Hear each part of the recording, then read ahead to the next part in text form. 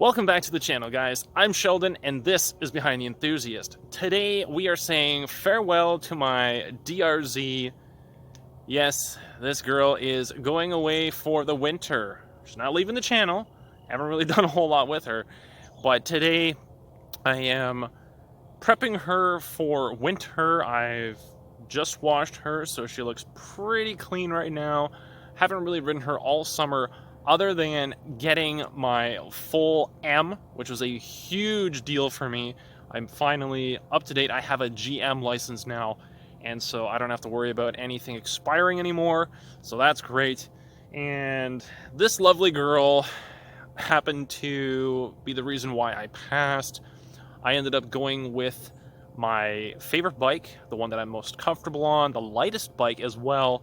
And so we're going to take a look at the bike, we're going to look at some of the modifications that I've done, and we're going to talk about my 4 years of ownership with this bike, coming up on 5 years next year. That would be my 5th riding season with this bike, and I'm going to tell you guys what I like about the bike, maybe what I don't like about the bike, and what I have planned for this bike next summer as I try to juggle all the bikes that are incoming to the channel, and you guys are going to find out about those very, very soon, so let's get into it.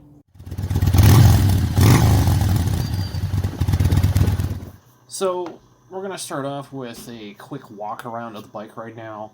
Now, this, again, is my 2017 Suzuki DRZ400SM. You can see the sticker there on the side. The bike, I absolutely love blue, and that is one of the reasons why I bought this model, particular year anyway of the model, because Suzuki likes to change the colors. So I bought this one because of the colors on it, the white and the blue. It looks really, really nice. Great little bike, 400cc, so it's very beginner friendly. And again, this was my first motorcycle, so obviously that's the reason why I got it. The insurance was super cheap on it, very affordable, and it allowed me to get into riding safely, confidently, and that is kind of what it's all about. You don't want to start off on a big bike, and so I started off on my dream motorcycle, and so obviously I've done a few modifications here and there. You can kind of see from the front end here, I have added a few things. The hand guards, as you guys can see there, those are clearly not original, but they add an element of safety. So if you go down, those are there to protect your hands, plus they block a little bit of the wind. The Supermoto front fender, this is shorter and stiffer, so that's a bonus, so you don't have this flimsy, front fender, which isn't so aerodynamic, and the shorter one actually still functions really well in the rain. Here you guys can see the anodized hardware kit that I put on the bike. It's more or less just an aesthetics thing, just kind of makes the bike, a little bit nicer looking, and they're really high quality, so I really like those. It's just, something a little subtle. I didn't spend a lot of money doing it, but it spruces up the bike a little bit and personalizes it, which is always, something that people look forward to doing on their bikes.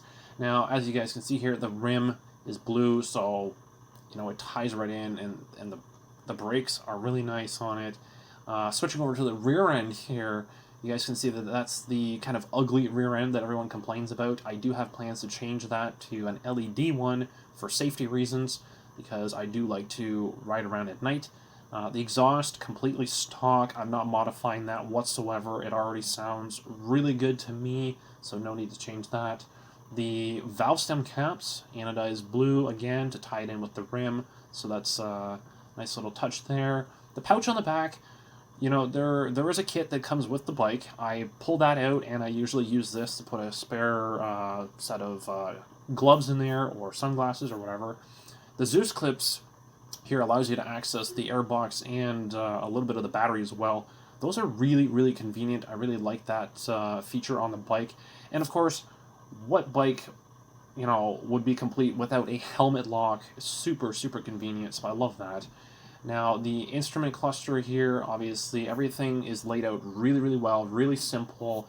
You guys can also see the phone mount that I added on the right-hand side there. The mirrors, probably my biggest complaint is the mirrors. They aren't very tall, they're very short, and I have very broad shoulders, so it's very difficult to see out of the mirrors unless I shift my head or my body a little bit. The controls, hand controls, are really, really simple. The instrument cluster there's a lot of buttons. It is very simple, it's analog, but you do need to read the manual a few times just to kind of understand what all the features are. There's a few rust spots. This is another thing that I don't really care for on the bike. The elements do eat away at it slowly. A little bit of rust on some of the bolts. The head pipe here, you guys can see it doesn't look the greatest. Now, I do have plans to take this off at some point and respray it with some black paint, some heat-resistant paint.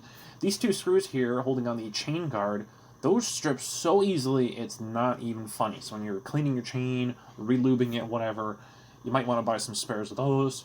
Again, a hose clamp, rusting, just requires a little bit of oil, lubricant, so that doesn't happen, or buy a new one. Suzuki, the grab strap here has rubbed off the S a little bit. Kind of annoyed by that, so I might recover the seat. I'm not too sure about that, but it's just one of those things where, it is what it is, right? Like, if you leave the bike out in the rain once or twice in the summer, you didn't realize it was going to rain, rust will appear, but overall, I think this is a great bike, great beginner bike. I've absolutely loved the 4 years of ownership with it, coming up on 5 years next summer. And it's such a nice bike, super light, super flickable, the rim setup, everything is such a nice bike, and the modifications that I've done, just, a little bit here and there, add to the safety and performance of the bike. Obviously not like horsepower-wise, but just in terms of, with the handguards, obviously I can handle the bike a lot better with warmer hands than I can with colder hands. So having those there also deflects a lot of the bugs. So for me, I consider that kind of a performance thing in terms of my body being able to handle the bike. Obviously not an engine performance aspect, but great bike. I absolutely love it. There's probably some things that I'm forgetting to mention about it, but it is so nice. If you guys have any questions about it at all, let me know, and I can always make another video addressing those things that I've missed in this one. Well, guys, what did you think? My 2017 Suzuki DRZ400SM. It is a great, great bike. It is good for people who are seasoned riders, people who are beginner riders, and honestly, as long as you're tall enough to swing your leg over this, it is a great bike. And it's been super, super reliable for me. I do have a lot of plans for this bike, and I don't think I'm ever going to get rid of it. So you guys can pretty much be guaranteed a lot more content with this bike up and coming. Unfortunately, like I said, this is probably one of the last days I will be able to ride this bike. The weather is nice, but winterizing should be done well before the snow flies, so this is kind of crunch time.